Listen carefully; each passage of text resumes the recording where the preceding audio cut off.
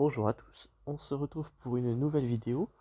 Premier match de la deuxième semaine de la Grande Arène. Alors aujourd'hui, c'est un match préenregistré. Donc voilà. Aujourd'hui on affrontait Vagelis. Donc Vagelis qui était quand même un excellent joueur, on va pas se mentir. 730 000 bannières à vie, voilà 732 000. Hop, en termes de stats, voilà, Division 1 Kyber 5305, c'est pas mal. Bataille offensive remportée 1741 pour 559 tactiques de défense, ce qui implique à la fois une attaque plutôt intéressante en termes de clear, donc il devait être assez efficient, ainsi que un 560 tactiques de défense, donc on s'attend à une attaque aussi solide qu'une défense assez implacable, donc on fait attention. On a Nego Malvé, tous les deux 7 étoiles, sauf que son ego est R4, donc ça m'arrange. En termes de personnage, voilà. Alors, j'ai pas vraiment tiqué sur le coup, mais il a aussi le Radius, évidemment, puisqu'il a Ré Légende Galactique. Hop. Donc là, en termes de vitesse, ces personnages les plus rapides, c'est des persos classiques comme DR, par exemple, avec une speed de 328 sur DR. On a une speed de 310 sur Evan, de mémoire. Son héros Finn est à 297 de speed. Donc si je devais faire un Vador contre Ré, ça serait possible. Après j'ai regardé quoi comme J'ai regardé Shakti 287, donc ça c'est plutôt classique. Son Rex est évidemment plus lent que le mien, donc 292, donc en cas de miroir de gaz c'était possible. Hop, voilà, 297 sur Aerofine comme prévu. Donc là j'ai regardé pas mal les modules, et surtout les modules de dégâts physiques si je ne m'abuse, voilà. Je voulais vraiment voir les dégâts de son JKL. 214 de speed et surtout 11 379 d'attaque physique. Donc très clairement de quoi faire le counter JKR, JKL contre mon SLKR. Donc ouais, plutôt intéressant. Après on retrouve une CLS full relique aussi, donc très intéressant. Et évidemment une Ré modé vitesse santé, donc quelque chose d'assez classique. Donc voilà. Voilà pour ce qui est de tout ça. Donc on va passer à ma défense. Donc cette fois-ci, j'ai encore mon Dark Revan en défense, 320 speed, ce qui en soi est plutôt cool puisque ça va forcément le pousser à cramer une team comme Gas, comme Dark Revan, ce genre de counter, donc c'est plutôt intéressant. Donc ça c'est d'office une bonne team en moins. Il faut aussi voir que j'ai posé mon SLKR en défense. Il y a deux raisons à cela. La première c'est que s'il posait sa Ré en défense, avec la full résistance, donc à savoir les double héros, Amelie Noldo, LRJT ou ce genre de truc, je pouvais largement Dark Vador, même avec le plus 30 de speed sur la capacité de chef de, euh, de Rey. Donc, donc mon SLKR n'aurait pas été utile là-dessus. Et la deuxième chose, c'est que dans son inventaire, il y a un très bon counter anti-SLKR qui s'appelle Revan JKL, avec Olben, Basti et l'Armée Soda. Et en fait, en utilisant ce counter contre mon SLKR, il aurait perdu sa Revan. Chose qui m'arrange, puisque j'ai mis Padmé à l'étage, mais ça je vous le montrerai après. Donc moi ici, mon but c'était de lui faire perdre son Gas et son Revan JKL, ou au moins sa Ré aussi. Donc ça c'est plutôt une bonne chose. Donc si j'arrivais à lui faire perdre 2 titres, 3 teams, franchement c'était bénef. Puisqu'en haut, voilà, j'ai mis Grievous Padmé. Donc s'il utilise, admettons, Gas et Ré en bas, ça lui laissait que son Revan JKL pour le haut. Et à ça, pour ensuite clear le reste, ce serait un peu compliqué. Donc ça c'est plutôt cool. Et voilà, Nude Gunray et les Sœurs de la Nuit assez classiques. Donc voilà. Et bon, les vaisseaux c'est assez classique, c'est de l'Empire, c'est du Grievous. Quelqu'un qui regarde mon historique peut très clairement anticiper cette flotte. Donc voilà. Donc mon adversaire lui a posé sa DR, donc plutôt intéressant. Un triumviracite avec Thrawn ainsi que Nest, donc ça c'est pas mal aussi. Et une team qui peut surprendre quand on s'y attend pas, c'est la Grievous Swat Tambor. Mais ça, franchement, maintenant que je me suis déjà fail au moins une fois dessus, je suis au courant que c'est quelque chose d'assez violent. On a une full Shakti clone avec full relique et on a des Géonosiens en bas. Pour counter la team Shakti, je vais utiliser une team full rebelle avec Chupio que j'ai enfin relique, donc R4, et à l'heure actuelle où je vous parle, ça se dit pas, enfin bref, à l'heure actuelle j'ai passé aussi C3PO et relique 3, donc ils sont enfin tous reliques, donc ça va enfin être très intéressant de les utiliser. Donc voilà. Donc là le but c'est de tuer Shakti et ensuite Five pour éviter le sacrifice. Donc là on est bon, on a fait le sacrifice, on a tué Shakti. Là on va tuer Five pour éviter le sacrifice justement. Hop, tac. Là, on va essayer de tuer Rex parce qu'il a l'assaut aérien, ce bougre. Donc voilà. Hop. Donc là, je décide voilà, de tuer l'arc, visiblement. Je tue Rex. Et là, il ne reste plus qu'à tuer Echo. Que j'achève avec une AoE full boostée de Chupio. Et hop, voilà, 58 bannières. C'est pas trop mal pour un CLS versus Shakti. Donc c'est plutôt cool. Là, pour ouvrir le bac, je vais faire quelque chose de très très simple, mais en même temps tellement efficace. Traya, hop, en escouade réduite pour compenser le fait que je vais perdre mes 3 bannières de protection au moins. Donc, euh, donc ça va faire moins 3 bannières, mais plus 2 normalement. Non, plus 4, plus 8. Attendez, plus 8, moins 3, donc ça fera un plus 5 bannières au total. Donc ça c'est plutôt intéressant. Surtout si je perds de la santé ou si je perds un personnage, donc voilà. Bon, Traya c'est assez simple en fait, à chaque fois que des ennemis vont jouer en dehors de leur tour, pardon, ils vont perdre de la santé et de la protection. Et vu que les Géonosiens jouent énormément en dehors de leur tour, eh bien ils vont perdre énormément de santé et de protection. Ce qui va les laisser à terme à un point de vie, ce qui est ma foi fort intéressant. Donc là voilà, on met la tenue par la haine, on dispelle les bonus ennemis et on les laisse se suicider sur moi. Hop. Et là on va pas tarder à achever voilà tout ce qui peut être achevé en fait, voilà.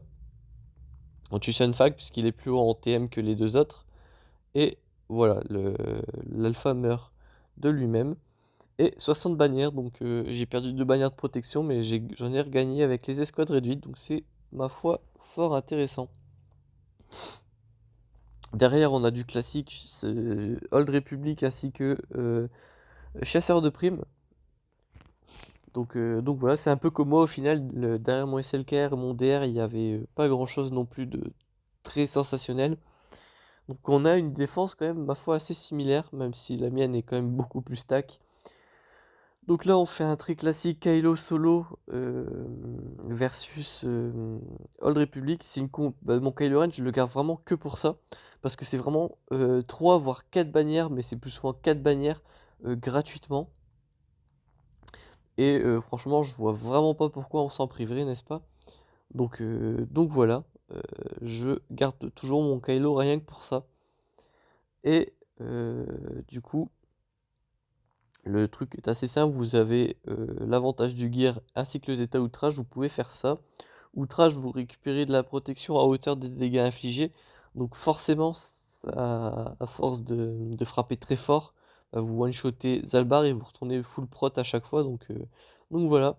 Encore une fois, comme il y a, je sais plus quel match, c'est peut-être le dernier ou l'avant-dernier, je vais me mettre la rétribution sur mon Kylo et Corderus va mourir des contre-attaques. Hop, comme ceci. Et bah là, il me reste plus qu'à voilà, one-shot Cars et à spam les outrages sur une mission qui se fait full stun, donc 64 bannières. C'est des bannières gratuites et c'est d'ailleurs pour ça que je ne mets plus mon ancienne république en défense pour éviter justement d'offrir 4 bannières sur un plateau d'argent à mon adversaire. Donc voilà. Pour ce qui est de DR, moi j'aime bien utiliser Gas parce que Gas c'est voilà, c'est très efficace. Mon Gas fonctionne très bien puisque déjà j'ai un Rex à 308 de speed, donc avec le bonus sur son unique qui lui confère 4% de vitesse par allié de l'assassin unième, eh bien je outspeed plus ou moins n'importe quel DR. Et surtout mes clones sont modés de telle sorte à ce que les DR voilà, ne puissent pas vraiment les vaincre. Et j'ai perdu qu'une fois je crois contre une DR, c'était en arène des escouades, donc pas dramatique en soi. Mais ouais, c'est vrai que mon GAS a d'assez bons modules, je dois bien l'admettre, et ça me permet de battre n'importe quelle DR, même quand elles sont full relic set avec le maraudeur et tout ce qui s'ensuit. Donc là, mon but, voilà, à chaque fois, c'est de me prendre les drains de Malak sur mon GAS, histoire de forcer l'agenouillement, on va dire, de mon GAS. Et ensuite, voilà, on est plutôt tranquille. Là, il déclenche le sacrifice. Mon GAS va se relever pour achever le DR et hop, voilà, yoink. 53 bannières, mais on en entend rarement plus de GAS puisque voilà, il n'y a pas moyen de récupérer sa protection. Donc voilà, le seul personnage qui a pu récupérer sa protection au final, c'est GAS en récupérant petit à petit sa santé en étant agenouillé. Donc voilà, enfin, sa protection, pardon. Et donc là, on va passer au match le plus compliqué de ce round. Revan versus Wattenborg. En règle générale, c'est pas un problème de faire Revan versus Grievous, surtout quand il y a le droid 2K à la place de Wattenborg. Mais là, c'est une autre paire de manches. Déjà parce que Wattenborg donne des takes à ses alliés, comme le Taunting Take sur le Magna Guard, ce qui le rend très tanky. Mais il va donner une take à Grievous qui va empêcher les revives, donc Jolly c'est assez compliqué. Et surtout, la chose la plus importante, c'est que Wattenborg donne énormément de bonus à ses alliés, ce qui les rend très rapides, très puissants et très résistants. Et ça, c'est très compliqué. Et dernière chose, Wattenborg peut revive, mais bon, ça, je l'ai tué en premier, donc ça ne va pas poser de soucis dans ce match. Mais là, vous allez voir que les ennemis vont jouer énormément de tours. Je vous laisse admirer. Déjà, voilà, mon Yoda meurt. Là, je prends pas de risque, je soigne mes personnages, j'ai pas envie que mon Jolly se fasse sniper et éliminer. Là, je vais lui faire jouer un tour pour revive Yoda. Hop. Et là, mon pauvre Jolly va prendre la foudre. Il va se faire éliminer en fait. Spoiler alerte. Donc ouais, il va se faire tuer. Et c'est justement ma faute puisque justement j'ai trigger Grievous avec en achevant B2, il me semble. Enfin bref, si c'est pas B1, c'est B2 de toute manière. Et oui, du coup, j'ai perdu Jolly sur ça. Mais en soi, voilà, toute menace est écartée. Puisque j'ai éliminé B2 qui a énormément de tour bonus et Wattenborg qui est vraiment très intéressant pour donner des techs. Mais voilà, là j'arrive à marquer Grievous qui va être soigné normalement. Ah non, il préfère soigner le Magna Guard. Voilà, donc là je réduis sa jauge de tour, mais ça n'a pas fonctionné. Hop, voilà, j'achève Grievous et à partir de maintenant, je vais vraiment tout faire pour soigner mes personnages. Voilà, donc là il lance une dernière attaque avant de mourir. Là je mets un bonus de protection pour être tranquille. Hop, je fais jouer Yoda en dehors de son tour. Enfin l'ermite Yoda plutôt. Et voilà, il ne reste plus qu'à achever. Donc je perds les 3 bannières de Jolly. Mais j'ai le full vie, full prot de tout le monde. Donc c'est plutôt intéressant. Ça reste dans les clous habituels en termes de score. Donc ça c'est plutôt intéressant. Donc voilà, faire très attention. Hein, le Wattenborg sous Grievous c'est dévastateur. Plus qu'un droid de cas je trouve. Donc faut bien faire attention. La plus grosse erreur ce serait d'y envoyer votre Evan avec un Hermite Yoda G10, G11. Qui serait une cible facile pour déclencher le sacrifice, enfin le savior de Revan. Et après ça, c'est un peu compliqué. Pour l'avoir déjà expérimenté, autant vous dire que c'est très compliqué. Donc ouais, mettre Wattenborg sous Grievous en défense, ça peut surprendre les gens qui n'ont jamais affronté ce genre de comp. Donc voilà. Euh, Donc là, je n'ai pas trop suivi. Je sais que je vais faire hippie Vador contre quelque chose, mais je sais plus ce que c'est. Hmm. On va bien voir de toute manière. Ah oui, c'était contre Traya, ainsi que Nest, etc. Donc là, ici, déjà, moi, je vais tuer Nest en priorité pour éviter sa confusion sur son AoE. C'est plutôt classique. Et là, il faut faire très attention, puisque les sites de ce combat, eh bien, voilà, comme vous pouvez le voir avec Nihilus, se dispellent sous Trialide. Donc, il faut bien y faire attention à ça. En gros, ils ne peuvent, dès qu'ils commencent à jouer leur tour, ils perdent tout leur malus. Donc faut bien faire attention. Alors peut-être ça booste ma jauge de tour drastiquement, mais il faut bien y faire attention. Et à chaque fois que vous allez jouer en dehors de votre tour, et bien vous allez perdre santé et prot.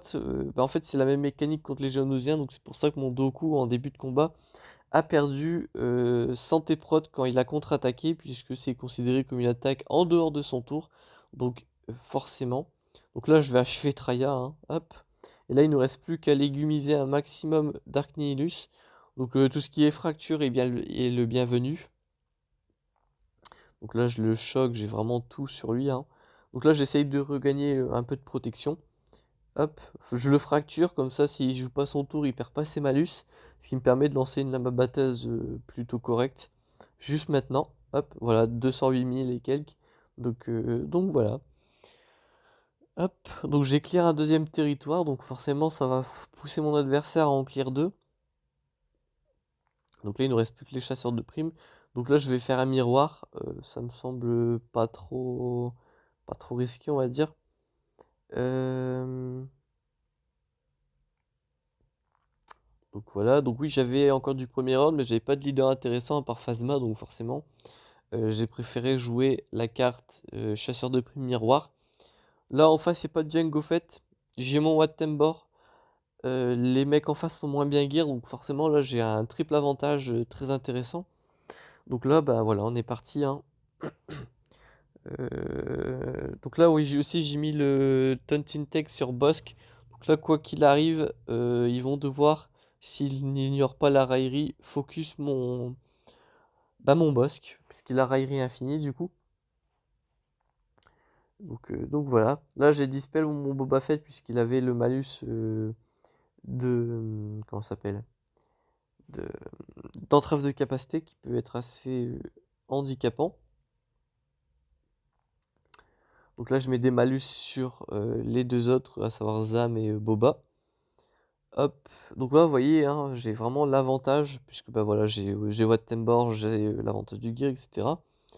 Donc forcément, ça aide. Les malus, bah, j'ai fait exprès de mettre la brûlure avec Django Fett, notamment sur Zam pour pouvoir lui mettre deux coups, parce que Django Fett sur sa basique, si l'ennemi a des malus, il tape deux fois.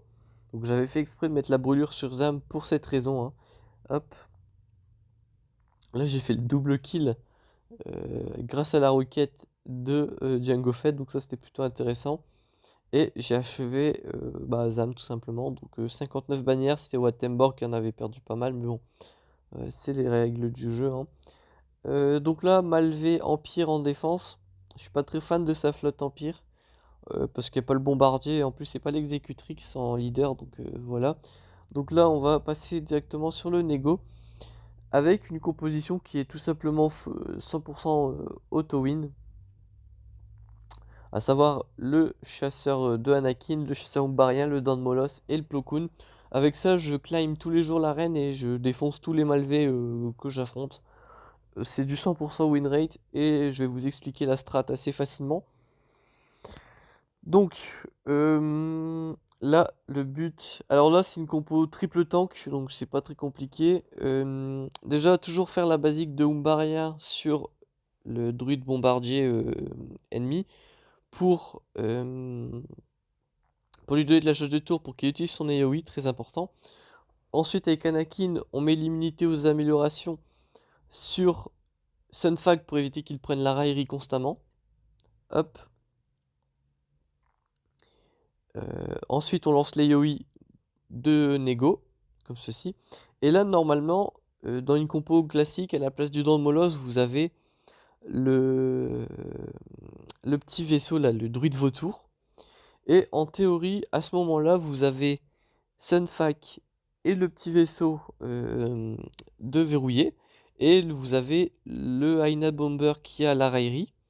Donc là, vous allez cibler, voilà, le, le druide bombardier. Et vous allez utiliser l'aspect du chasseur umbarien qui va littéralement tourshot au moins le vautour. Ici représenté par le dent de Molos. Et ensuite, il va vous falloir focus assez violemment le Aina Bomber, donc le bombardier séparatiste. On invoque Plo Koon en premier renfort puisque le Aina Bomber a lâché les, euh, les petits malus, là, les boss droids, comme on dit en anglais, je sais pas si ça se dit pareil en français, enfin bref. Et ça va les dispel, et ensuite vous pouvez donner de la jauge de TM. Et en gros là, votre stratégie, bah, pas votre stratégie, mais votre principal objectif, ça va être d'achever le Aina Bomber, justement. Donc là voilà, c'est vraiment mon objectif. Là je mets la capacité loyauté infinie du Nego. Et là normalement j'achève le...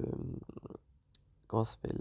Le Aina Bomber. Et là vraiment en termes d'ennemis, vous avez globalement terminé. En arène des escouades, je vous conseille d'avoir le Faucon Millenium parce que comment ça s'appelle, son renfort donne la prévoyance, donc ça permet d'esquiver les Yoi du Malvé qui donne le malus de défense, d'attaque, pardon. Et aussi, avec son AOE, le Faucon Millenium donne un bonus de pénétration de défense. Donc ça peut vous aider à tomber, par exemple, à Dans le Moloss en renfort ou d'achever votre Aina Bomber. Donc c'est vraiment très intéressant de l'avoir en renfort. Donc voilà, je vous ai donné un peu les clés de comment éliminer un Malvé assez facilement. Donc voilà. Là, il nous reste la flotte Empire. J'utilise le Finalizer. Je sais que la flotte Finalizer counter assez bien la flotte Empire. En plus, là, il n'y a pas le bombardier. Donc voilà. Par contre, dans la précipitation, je me suis trompé de TIE. Mais ça va pas changer grand-chose, hein, puisque dans tous les cas, j'arrive à tuer le vaisseau de Vador T1. Donc c'est plutôt intéressant. Hop. Je mets une capacité impossible à esquiver sur le chasseur de TIE qui a une tendance à dodge assez bien. Par contre, là, petit souci, et ça c'est quelque chose qu'il faut savoir. Déjà, il dodge énormément, et à chaque fois qu'il dodge, si votre vaisseau amiral est un vaisseau de l'Empire, il va gagner du TM. Et en fait, là, j'ai essayé de tourshot le chasseur TU impérial, sauf qu'il a dodge, et du coup, il a donné énormément de just de TM à son vaisseau amiral, ce qui est assez problématique, hein, puisque bah, il a invoqué directement un personnage donc à éviter. Donc euh, là il a encore dodge.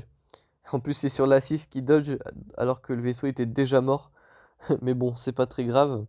Là on vous booste à fond le TIE Silencer qui fait extrêmement mal, hein, vous avez pu le voir.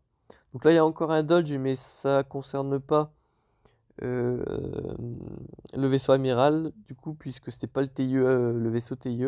Mais de toute manière j'ai achevé le vaisseau avant qu'il ait pu vraiment faire quoi que ce soit, donc plutôt cool.